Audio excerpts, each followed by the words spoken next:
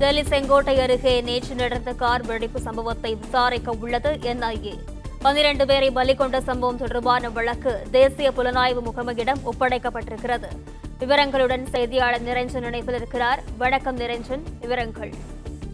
தற்பொழுது நாம் டெல்லியில் இருக்கக்கூடிய அந்த செங்கோட்டை பகுதியில் அந்த வெடிகுண்டு நடந்த இடத்தில் தான் நாம் தற்பொழுது இருக்கின்றோம்.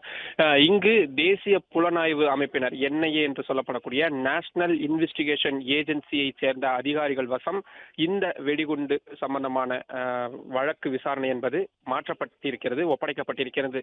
இதுவரை டெல்லி காவல்துறையினர் தான் வழக்கு பதிவு செய்து விசாரணை நடத்தி வந்த நிலையில் இனி அனைத்து விசாரணையும் தேசிய புலனாய்வு விசாரணை அமைப்பு தான் இனி மேற்கொள்ளும் என்பதான அறிவிப்பு வெளியாகி இருக்கிறது.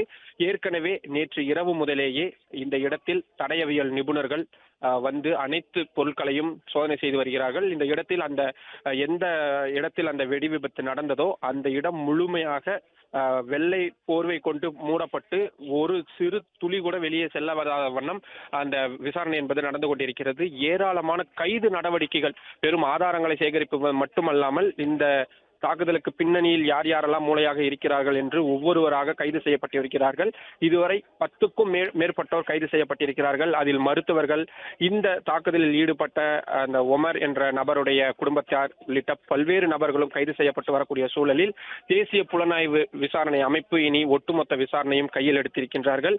இனி இதுவரை சேகரிக்கப்பட்ட அத்தனை தகவல்களும் உடனடியாக தேசிய புலனாய்வு விசாரணை அமைப்பிடம் மாற்றப்படும். உடனே ஒரு கேள்வி எழும், காவல்துறையினர் விசாரணைக்கும் இந்த விசாரணைக்கும் என்ன வித்தியாசம் என்று. இதற்கென்று தனியாக நீதிமன்றம், சிறப்பு நீதிமன்றம் என்பது இருக்கின்றது. அதை என்ஐஏ சிறப்பு ஸ்பெஷல் கோர்ட் ஆஃப் என்ஐஏ என்று சொல்வார்கள். அந்த நீதிமன்றத்தில் இதற்கான வழக்கு தனியாக நடக்கும். இந்த வழக்கில் கையாளக்கூடிய வழக்கறிஞர்கள் தொடங்கி அத்தனை பேருமே ஸ்பெஷலிஸ்டாக இருப்பார்கள். இது போன்ற தீவிரவாத அச்சுறுத்தல் அல்லது இந்த சதி திட்டம் போன்றவற்றை மட்டும் கையாள்வதற்கான மூத்த அதிகாரிகளாக இருப்பார்கள். வழக்கறிஞர்களும் அப்படி தனியான இதற்கான ஸ்பெசிஃபைடு அட்வொகேட்ஸ்களாகத்தான் இருப்பார்கள். நீதிபதிகளும் இதில் பிரதிநிதித்துவம் பெற்ற நீதிபதிகள் தான் இருப்பார்கள். இனி இந்த வழக்கானது தேசிய புலனாய்வு விசாரணை அமைப்பு முழுமையாக கையில் கொண்டு வந்ததற்கு பிறகு இதற்கான சிறப்பு நீதிமன்றத்தில் வழக்கு என்பது தனியாக கொண்டு வரப்படும். சார்ஜ் ஷீட் ஃபைலிங் தொடங்கி குற்றப்பத்திரிகை தாக்கல், குற்ற முகாந்திரங்களை சரிபார்ப்பது, சேர்க்கக்கூடிய பிரிவுகள் உள்ளிட்ட அனைத்து விஷயங்களையும் இனி தேசிய புலனாய்வு அமைப்பு தான் இனி முடிவு செய்வார்கள். ஒரு நீண்ட ஒரு நீதி போராட்டத்திற்கு மத்திய அரசாங்கம் இதற்காக தயாராகி இருக்கிறார்கள். ஏனென்றால் கான்ஸ்பிரசி என்று வந்துவிட்டால் அதில் இருக்கக்கூடிய ஒவ்வொரு நபரும் இதில் சம்பந்தப்பட்டிருப்பார்கள். வெளிநாட்டைச் சேர்ந்தவர்களுடைய சதித்திட்டம் ஏதேனும் இருக்கிறதா என்ற கோணத்திலும் விசாரணை என்பது விரிவடையும். காவல்துறையினர் விசாரணை என்றால் நிறைய ரெஸ்ட்ரிக்ஷன்கள் இருக்கும். ஆனால் என்ஐஏ விசாரணை என்று பார்த்தால் அந்த ரெஸ்ட்ரிக்ஷன்கள் என்பது அவர்களுக்கு பெரிய அளவில் இருக்காது. சர்வதேச உதவியும் அவர்களால் நாட முடியும், இன்டர்போல் உதவியும் அவர்களால் நாட முடியும். உளவு தகவல்களை பொறுத்தவரை மற்ற இடங்களிலிருந்தும் சம்பந்தப்பட்ட அமைப்புகளிடமிருந்து இந்த என்ஐஏ குழுவினர் பெற்றுக்கொள்ள முடியும்.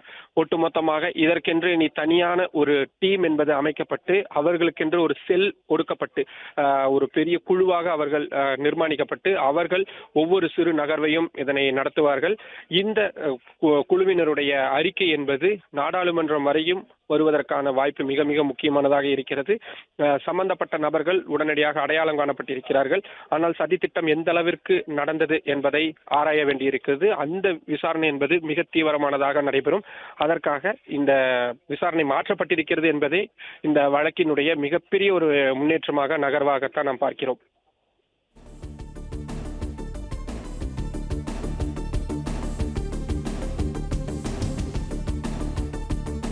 நிரஞ்சன், விவரங்களுக்கு நன்றி.